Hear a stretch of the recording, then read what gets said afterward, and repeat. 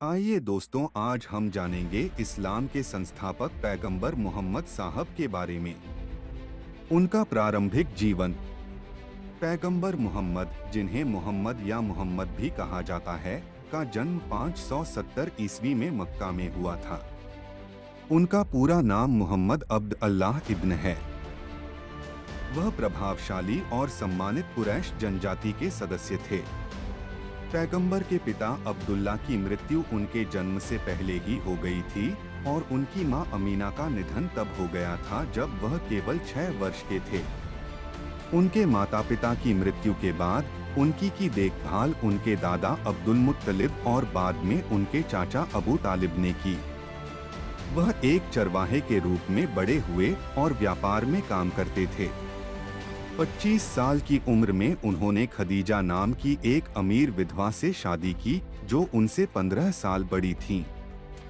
उनका प्रेमपूर्ण और एक पत्नी विवाह था और उनसे 4 बेटियां और 2 बेटे पैदा हुए, हालांकि दोनों बेटे बचपन में ही मर गए।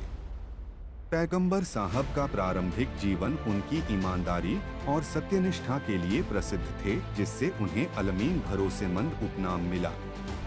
पैगंबर मोहम्मद साहब का सैन्य जीवन। इस्लाम के संस्थापक पैगंबर साहब के जीवन में एक महत्वपूर्ण सैन्य पहलू था, खासकर मदीना में रहने के दौरान। उनके सैन्य जीवन के बारे में कुछ प्रमुख बातें।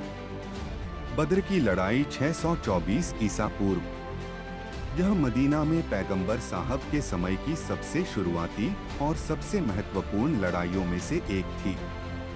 इसने छोटे मुस्लिम समुदाय को मक्का की बड़ी कुरैश सेना के विरुद्ध खड़ा कर दिया। मुसलमानों को आश्चर्यजनक विजय प्राप्त हुई। उहुद की लड़ाई 625 ईसा पूर्व। यह लड़ाई बद्र की लड़ाई के बाद हुई। इस लड़ाई में मुसलमानों को झटका लगा, लेकिन इससे उनके समग्र मिशन पर कोई असर नहीं पड़ा। हुदैबिया की संधि 628 ईसा पूर्व। मोहम्मद साहब और उनके अनुयायियों ने कुरैश के साथ एक शांति संधि पर हस्ताक्षर किए, जिससे शत्रुता को अस्थायी रूप से समाप्त करने की अनुमति मिली। इस काल ने शांतिपूर्ण तरीकों से इस्लाम के विस्तार में योगदान दिया। मक्का पर विजय 630 ईसा पूर्व। घटनाओं की एक श्रृंखला के बाद मोहम्मद साहब और उनके अनुयायियों ने मक्का पर विजय प्राप्त की। बदला लेने के बजाय उन्होंने सुलह की भावना दिखाते हुए मक्का के लोगों को माफ कर दिया। इस्लाम के संस्थापक पैगंबर मोहम्मद का आध्यात्मिक जीवन उनकी जीवनी का एक केंद्रीय पहलू है। यह ईश्वर के साथ उनके गहरे संबंध, उनकी भविष्यवाणी और उनके आध्यात्मिक अनुभवों की विशेषता है। यहाँ उनके आध्यात्मिक जीवन के कुछ प्रमुख पहलू हैं। रहस्योद्घाटन। पैगंबर साहब के आध्यात्मिक जीवन की नींव देवदूत गैब्रियल के माध्यम से ईश्वर से रहस्योद्घाटन प्राप्त करने का अनुभव है। ये खुलासे इस्लाम की पवित्र किताब कुरान में संकलित हैं। यह एक गहरा और परिवर्तनकारी अनुभव था जिसने उनके मिशन को आकार दिया। प्रार्थना और पूजा। पैगंबर मोहम्मद प्रार्थना और पूजा के प्रति समर्पण के लिए जाने जाते थे। वह नियमित रूप से प्रार्थना करते थे और अपने अनुयायियों को भी ऐसा करने के लिए प्रोत्साहित करते थे। इस्लाम में 5 दैनिक प्रार्थनाएं, सलात, मुसलमानों के आध्यात्मिक जीवन में प्रार्थना के महत्व का प्रमाण है। ध्यान और चिंतन।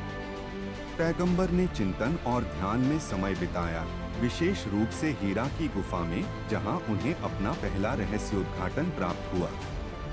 इस एकांत चिंतन ने उनकी आध्यात्मिक यात्रा में महत्वपूर्ण भूमिका निभाई। करुणा और नैतिकता। उनके आध्यात्मिक जीवन की विशेषता उनकी करुणा, दयालुता और नैतिक अखंडता भी थी। उन्होंने अच्छे चरित्र और नैतिक व्यवहार के महत्व पर जोर देते हुए दूसरों के साथ बातचीत में इन गुणों का उदाहरण दिया। दान और परोपकारिता। पैगंबर मोहम्मद ने आध्यात्मिक विकास के साधन के रूप में दान, ज़कात और जरूरतमंद लोगों की मदद करने को प्रोत्साहित किया। गरीबों और जरूरतमंदों को दान देना इस्लामी आध्यात्मिकता का एक मूलभूत हिस्सा है। सूफीवाद। सूफीवाद इस्लाम का एक रहस्यमय और आध्यात्मिक आयाम है जो आस्था के आंतरिक अनुभवात्मक पहलू पर जोर देता है। सूफी रहस्यवाद के कुछ पहलू पैगंबर मोहम्मद के आध्यात्मिक जीवन से प्रेरणा लेते हैं। प्रकृति के साथ संबंध। पैगंबर का प्रकृति के साथ गहरा संबंध था और उन्होंने अपने अनुयायियों को ईश्वर की रचना की सराहना करने के लिए प्रोत्साहित किया। वह अक्सर प्राकृतिक दुनिया में भगवान के संकेतों पर जोर देते हुए रेगिस्तान में समय बिताते थे। इस्लाम की एक समृद्ध और विविध संस्कृति है जिसका दुनिया पर महत्वपूर्ण प्रभाव पड़ा है। मुस्लिम विद्वानों ने गणित, खगोल विज्ञान, चिकित्सा और दर्शन शास्त्र में महत्वपूर्ण योगदान दिया है। इस्लाम ने कला, वास्तुकला और साहित्य को भी प्रभावित किया है। यहाँ इस्लाम के कुछ प्रमुख संदेश दिए गए हैं। शांति। इस्लाम शांति का धर्म है। शब्द इस्लाम स्वयं अरबी मूल शब्द सलाम से आया है जिसका अर्थ है शांति। मुसलमानों को अपने जीवन के सभी पहलुओं में शांति के लिए प्रयास करना सिखाया जाता है। न्याय। इस्लाम सिखाता है कि ईश्वर की नज़र में सभी लोग समान हैं। मुसलमानों को दूसरों के साथ व्यवहार में न्यायपूर्ण और निष्पक्ष रहना सिखाया जाता है। करुणा। इस्लाम एक दयालु धर्म है। मुसलमानों को सभी लोगों के प्रति दयालु और दयालु होना सिखाया जाता है, चाहे उनका धर्म, नस्ल या जातीयता कुछ भी हो। दया। इस्लाम सिखाता है कि ईश्वर दयालु है। मुसलमानों को दूसरों के प्रति दयालु होना सिखाया जाता है, जैसे ईश्वर उन पर दयालु है। क्षमा। इस्लाम सिखाता है कि ईश्वर क्षमाशील है। मुसलमानों को दूसरों को माफ करना सिखाया जाता है, जैसे भगवान उन्हें माफ कर देता है। ये इस्लाम के कुछ मूल संदेश हैं। इस्लाम एक लंबा इतिहास और परंपरा वाला एक समृद्ध और जटिल धर्म है। इस्लाम के बारे में सीखने के लिए बहुत कुछ है जो एक संक्षिप्त संदेश में बताया जा सकता है। पैगंबर मोहम्मद साहब का अंतिम जीवन 632 ई में समाप्त हो गया, जब 63 वर्ष की आयु में उनका निधन हो गया। उन्हें मदीना में दफनाया गया था और उनकी कब्र दुनिया भर के मुसलमानों के लिए तीर्थस्थल है। पैगंबर मोहम्मद साहब का अंतिम जीवन दुनिया भर के मुसलमानों के लिए प्रेरणा और मार्गदर्शन का स्रोत है। साहस, विनम्रता और करुणा का उनका उदाहरण कुछ ऐसा है जिसका सभी मुसलमान अनुकरण करने का प्रयास करते हैं।